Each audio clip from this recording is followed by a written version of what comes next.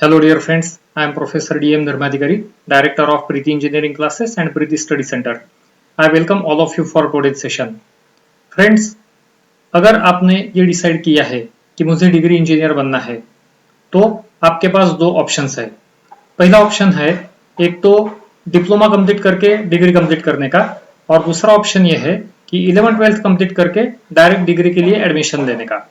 तो ये दोनों रास्तों के बारे में बहुत लोगों के मन में कंफ्यूजन रहता है कि कौन सा रास्ता अच्छा है और कौन सा रास्ता थोड़ा सा कॉम्प्लिकेटेड है। तो आइए आज के इस सेशन में हम बात करते हैं ये दोनों के बीच में।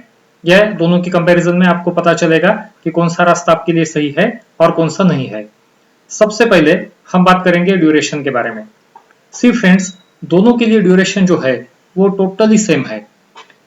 अगर आपने डिप्लोमा के लिए एडमिशन ले लिया तो 10th कंप्लीट करने के बाद डिप्लोमा का जो ड्यूरेशन है, डिप्लोमा इन इंजीनियरिंग का जो ड्यूरेशन है वो 3 साल का है। 3 साल का डिप्लोमा कंप्लीट करने के बाद आपको डिग्री के डायरेक्ट सेकंड ईयर में एडमिशन मिल जाती, यानी सेकंड, थर्ड और फाइनल ऐसे 3 साल वहां के और 3 साल ये, यानी आपको लग जाते टोटल 6 ईयर्स। दूसरा रास्ता, अगर आपने 10th के बाद 11th-12th करने का सोच लिया तो वो 2 साल, और उसके बाद डिग्री के 4 साल, यानी वहां से भी आपको लग जाते 6 साल। यानी डिप्लोमा करके डिग्री करने के लिए भी लग जाते 6 साल और 11th-12th करके डिग्री करने के लिए भी लग जाते 6 साल। यानी ड्यूरेशन में कुछ भी डिफरेंस नहीं है, absolutely both are one and the same.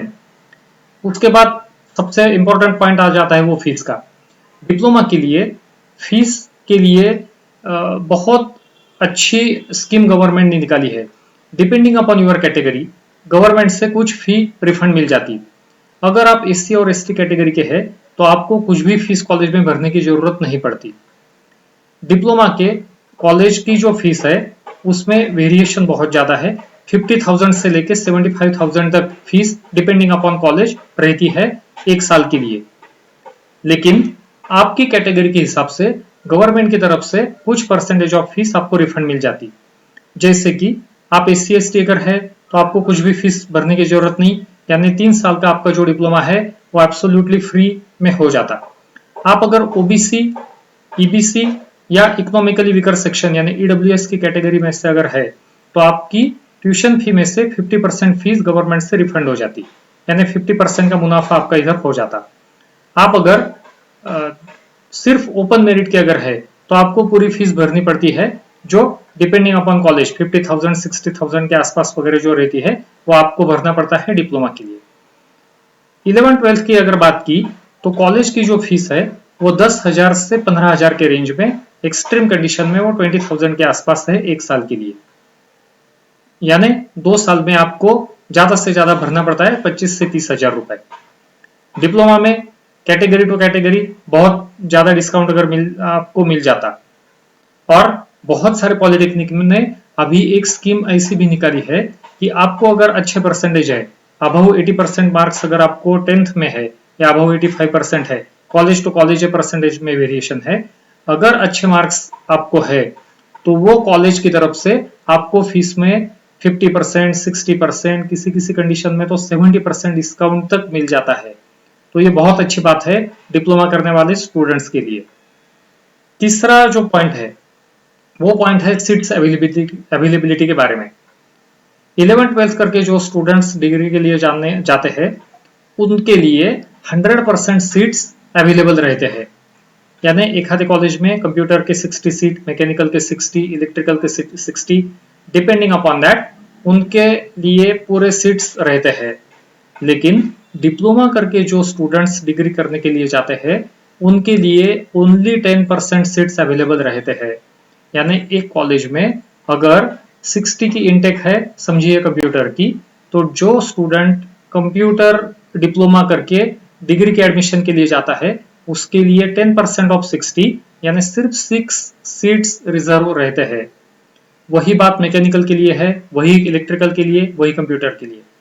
जिस रिस्पेक्टिव ब्रांच में डिप्लोमा कंप्लीट किया है वही ब्रांच में डिग्री के एडमिशन के लिए 10% सीट्स यानी 6 सीट्स अवेलेबल रहते हैं।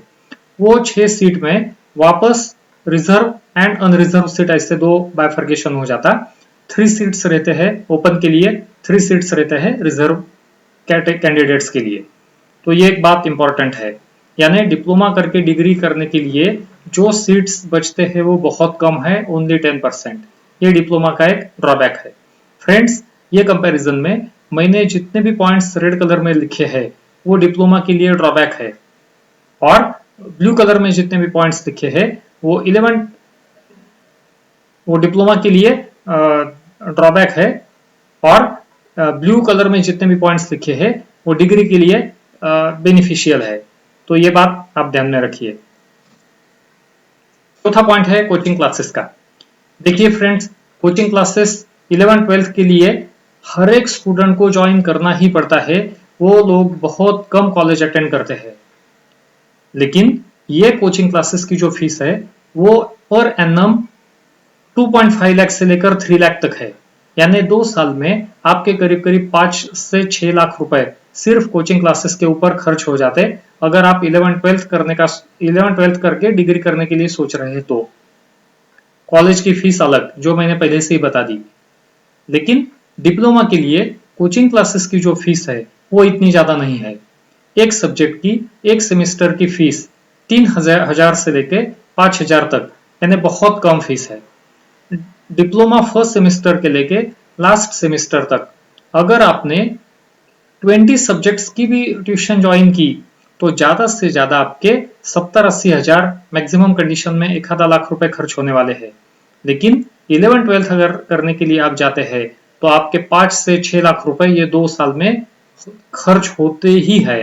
तो ये बात पक्की ध्यान में रखिए। बाद में एंट्रेंस एग्जाम। 11th-12th करके जो स्टूडेंट जाते हैं उनके लिए 2 प्रकार की एंट्रेंस एग्जाम है। सबसे पहली सीईटी यानी कॉमन एंट्रेंस टेस्ट, वो स्टेट गवर्नमेंट की कंडक्ट करते हैं, और जेईई, इसमें और 2 टाइप है, एक है जेईई एडवांस, एक है जेईई मेंस। तो ये दोनों ऑल इंडिया लेवल की है। ये करीब करीब ये 3 एंट्रेंस एग्जाम तो स्टूडेंट को देना ही पड़ता है।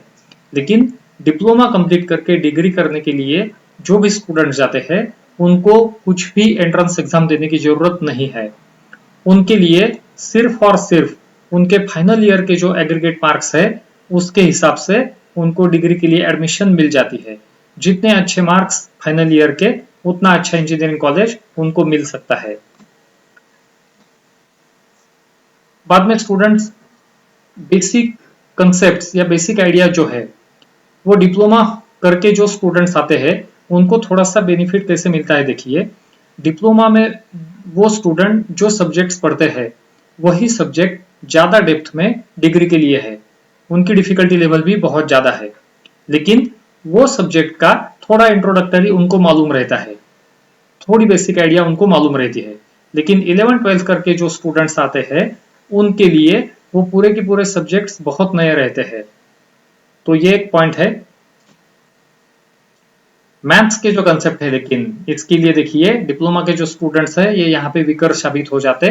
मैथमेटिक्स की जो कंसेप्ट्स है वो 11th-12th करके जो स्टूडेंट्स आ जाते उनके बहुत क्लियर रहते हैं।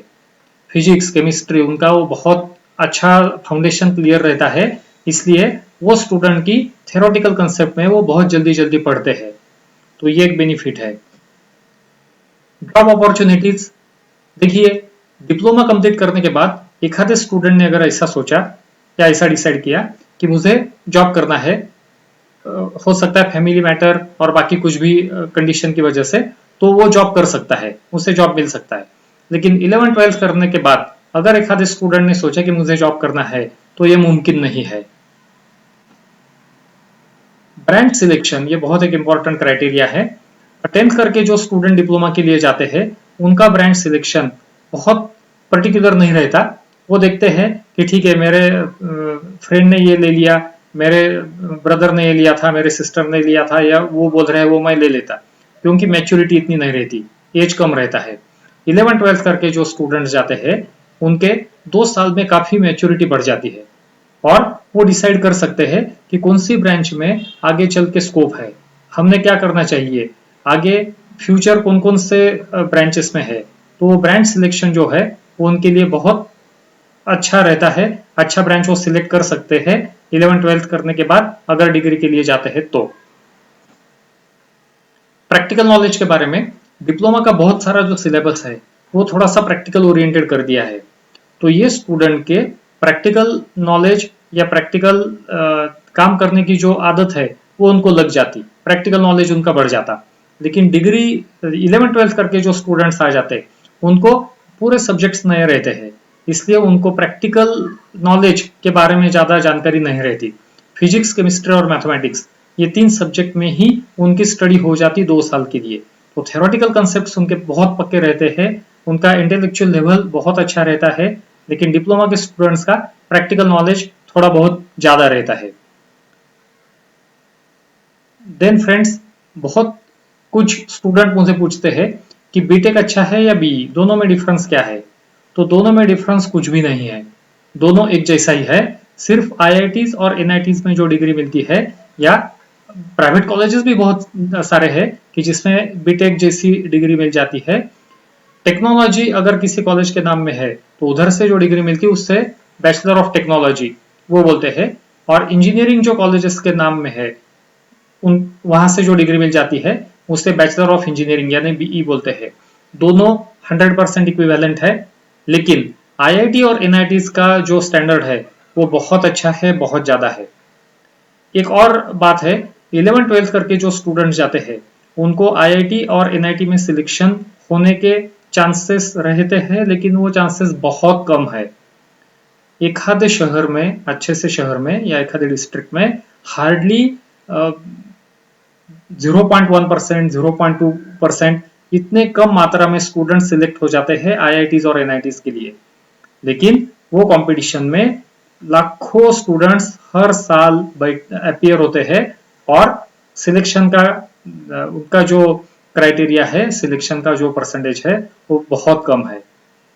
अगर आपको आईआईटी में पढ़ना है तो उसके लिए एक बहुत अच्छा स्कोप है कि ग्रेजुएशन कंप्लीट करने के बाद, यानी बीई हो या बीटेक हो, वो कंप्लीट करने के बाद एक एंट्रेंस एग्जाम रहती है।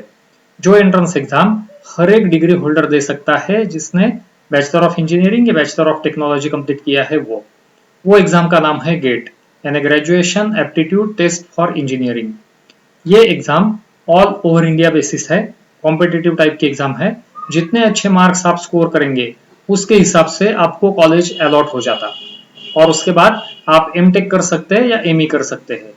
वो कंप्लीट करने के बाद आपको किसी आईआईटीज में या एनआईटीज में भी एडमिशन मिल सकती है अगर आपका स्कोर बहुत अच्छा है तो फ्रेंड्स, ये थे पूरे 10 पॉइंट्स। इसके कंपैरिजन से आप डिसाइड कर सकते हैं आपके लिए कौन सा रास्ता अच्छा है, 11th-12th करके डायरेक्ट डिग्री के लिए एडमिशन लेने का या डिप्लोमा करके डिग्री के लिए एडमिशन करने का। अगर आपको कुछ डिफिकल्टी भी होंगी तो आप मुझे कमेंट बॉक्स में जरूर आपकी डिफिकल्टी पूछ सकते हैं, आपके सवाल का जवाब मैं दे दूंगा। तो फ्रेंड्स, अगर आपने हमारा चैनल अभी तक सब्सक्राइब नहीं किया है तो आप जरूर सब्सक्राइब कीजिए। इसके जैसे बहुत सारे वीडियोस मैं अपलोड करने वाला हूं जो टेक्निकल रिलेटेड रहेंगे, स्टडी रिलेटेड रहेंगे, जो घर बैठे आपको देखने के लिए मिलेंगे। ये वीडियो अगर आपको अच्छा लगा होगा तो इसे जरूर लाइक कर दीजिए। Thank you very much.